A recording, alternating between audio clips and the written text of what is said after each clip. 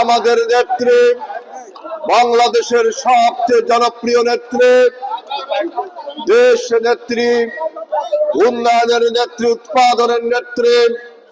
মা মাটি মানুষের নেত্রী, দেশ নেত্রী বেগম খালেদা জিয়ার পক্ষ থেকে সালাম, শুভেচ্ছা এবং অভিনন্দন। একই সাথে আমাদের পার্টির ভারপ্রাপ্ত চেয়ারম্যান, আমাদের আগামী দিনের ভবিষ্যৎ, আমাদের আশা, আমাদের প্রত্যাশা, বিএনপির ভারপ্রাপ্ত চেয়ারম্যান জননেতা তারেক রহমানের পক্ষ থেকে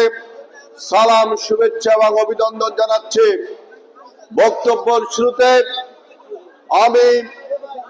গভীর সমবেদনা প্রকাশ করছি আমাদের এই অঞ্চলে